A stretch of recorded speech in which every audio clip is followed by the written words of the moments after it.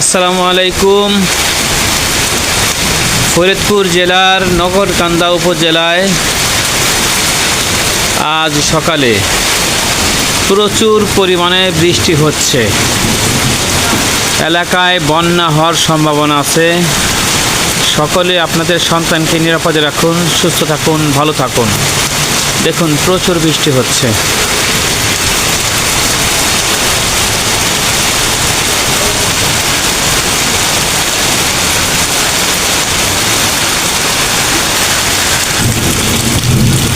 আমার ছাত্রদের পরীক্ষা এইভাবেই ভিজে পড়ে আজ পরীক্ষা দিতে গেল সবাই।